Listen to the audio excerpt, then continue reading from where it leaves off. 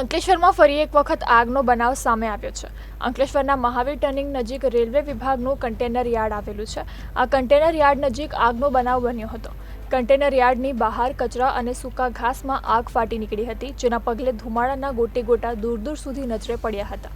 આ અંગેની જાણ કરવામાં આવતા ફાયર ફાઇટરો ઘટનાસ્થળે દોડી આવ્યા હતા અને આગ પર કાબૂ મેળવ્યો હતો।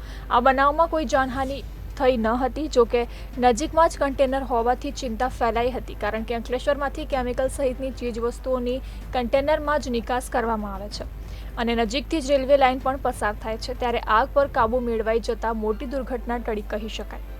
આગ કયા કારણોસર લાગી તે હજી સુધી બહાર આવી શક્યું નથી।